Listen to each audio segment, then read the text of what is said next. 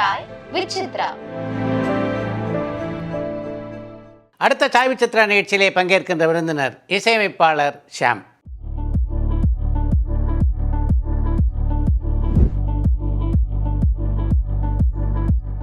தமிழ், தெலுங்கு, கன்னடம், மலையாளம் ஆகிய தென்னிந்திய மொழிகளிலும் மராத்தி, பெங்காலி, ஆங்கிலம் போன்ற மற்ற மொழிகளிலும் ஏறக்குறைய 350க்கும் மேற்பட்ட படங்களுக்கு இசையமைக்கின்ற வாய்ப்பினை பெற்றவர் ஷாம்.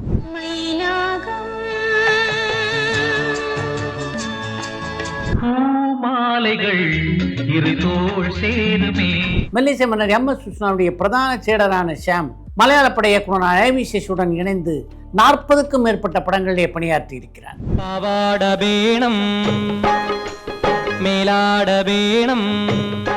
கமல்ஹாசன், விஜயகாந்த் உட்பட பல முக்கியமான தமிழ் சினிமா கதாநாயகருடைய படங்களுக்கு இசையமைக்கின்ற வாய்ப்பினை பெற்ற ஷாம் தன்னுடைய திரையுலக அனுபவங்கள் பலவற்றை இந்த நேர்காணலிலே பகிர்ந்து கொண்டிருக்கிறார்.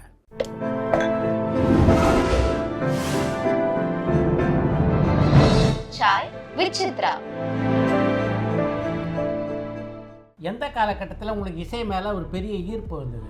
நான் 7 வயசுல இருந்தே எனக்கு இன்ட்ரெஸ்ட் உண்டு. ஆமாம், பாடுவேன். அது அம்மா வந்து மிஷின் காம்பவுண்டில், அமெரிக்கன் அட்வென்ட் மிஷின் காம்பவுண்டில் அந்த ஒரு இடத்துல டீச்சராக இருந்தாங்க. அப்பாவும் டீச்சர். அம்மாவுக்கு ஆர்கன் வாசிக்கிறது தெரியும். நான் கற்றுக்கணுன்ற டைமில் அப்பா அதை பார்த்துட்டு, தன்ராஜ் மாஸ்டருடைய சிறப்புன்னா எதை சொல்வீங்க நீங்கள்? First of all is a very good teacher. Teaching வேறு, பர்ஃபார்மிங் வேறு. அதில் அவர் எக்ஸ்பர்ட் டீச்சிங். ஏன்னா அவர் அப்போவே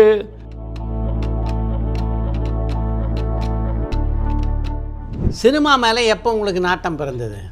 சினிமா மேலே வரணும்னா அது ஒரு பெரிய ஸ்டோரி. அதாவது திடீர்னு நாங்கள் கற்றுக்கும் போது தன்ராஜ் மாஸ்டர் ரூமில் ஆர்கே சேகர், ரெஹமானுடைய அப்பா அவர் வந்தாப்பில் வந்துட்டு,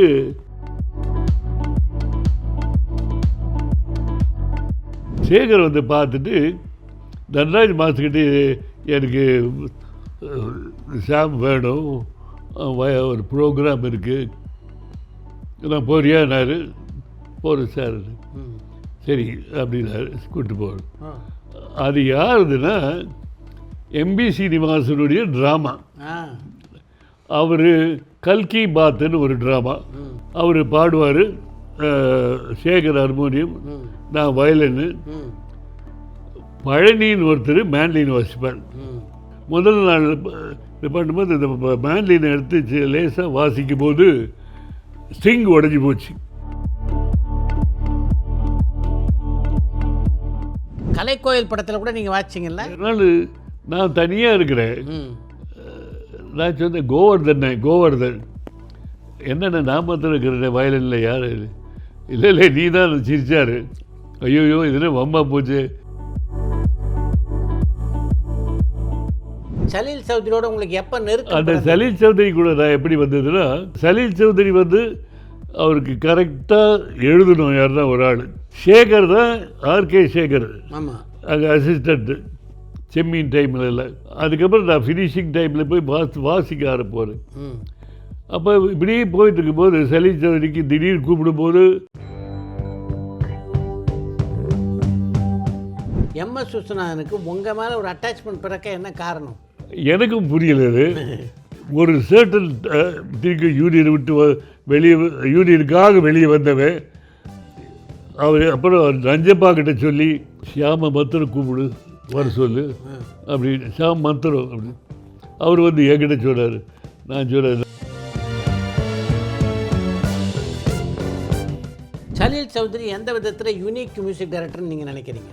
அவர் ஆல்ரவுண்டர்.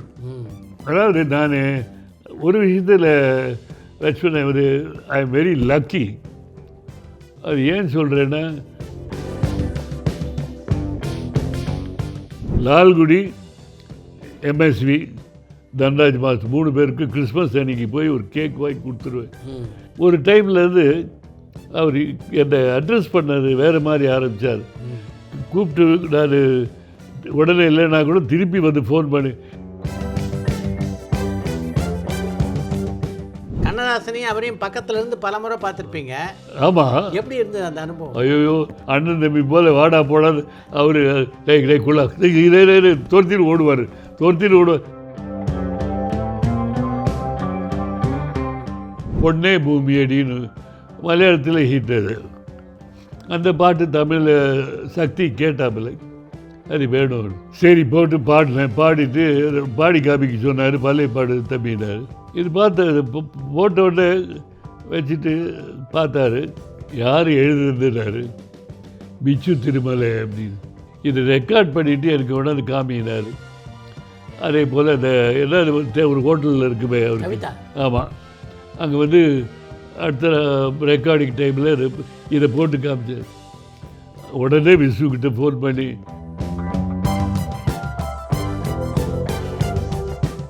நீங்கள் பல மியூசிக் டைரக்டர்கிட்ட ஒர்க் பண்ணியிருக்கீங்க.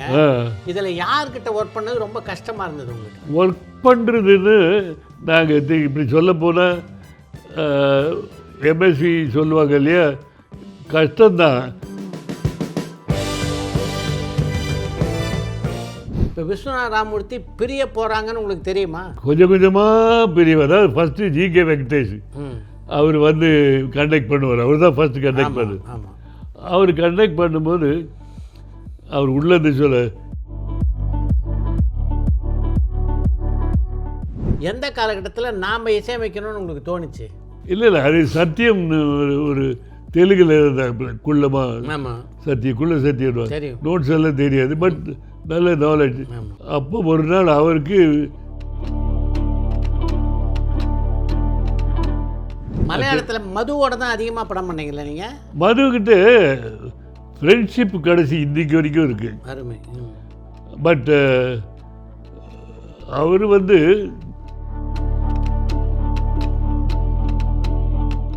மம்முட்டி மோகன்லால் பல படங்களுக்கு நீங்கள் மியூசிக் நிறைய பண்ண.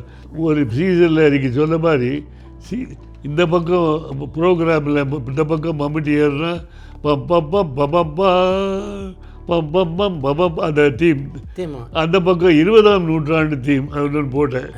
அது இதான் போடுவாங்க ப்ரோக்ராமில். அவனு போட்டிருக்கேன். பட்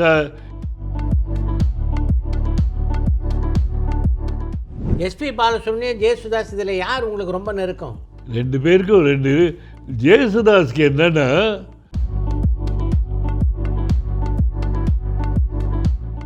அது ஜானகி ரொம்ப பியூட்டிஃபுல்லாக அது சொன்ன மாதிரி பாடலைன்னா அதுக்கு வேறு முறைச்சிக்கும். அது அந்த ஒரு தடவை அப்படி தான் வந்து சட்டக்கல்லூரியில் நீங்கள் படிக்கும்போது வெண்ணிராடமூர்த்தி, ஜெய்சங்கர் ரெண்டு பேரும் உங்களோட படித்தாங்களா? ஆமாம், ஜெய்சங்கர் வந்து என்னுடைய நானும் கிளாஸ்மேட்ஸ். வெண்ணிராடமூர்த்தி 1 year senior. பட்டு நாங்கள் மீட் பண்ணது எங்கன்னா சிபிஐ டைரி குறிப்புக்காக நீங்கள் வாசித்த இசை வந்து இன்றைக்கும் கொண்டாடப்படுது. எப்படி இருக்கு உங்களுக்கு அதை கேட்கும்போது? இல்லை, நான் கேட்கும்போது அது அப்படி ஆகணும்னு நினைக்கல. சரத்து ஒரு தடவை அந்த பிக்சரை பார்க்கும்போது திருவாரூரத்துலேருந்து எனக்கு ஃபோன் வந்தது. சார் சார் சார், இந்த சினிமாவில் ஷாமுக்கு என்ன மனக்குறை இருக்குது? அதான் நான் சொன்னேனே,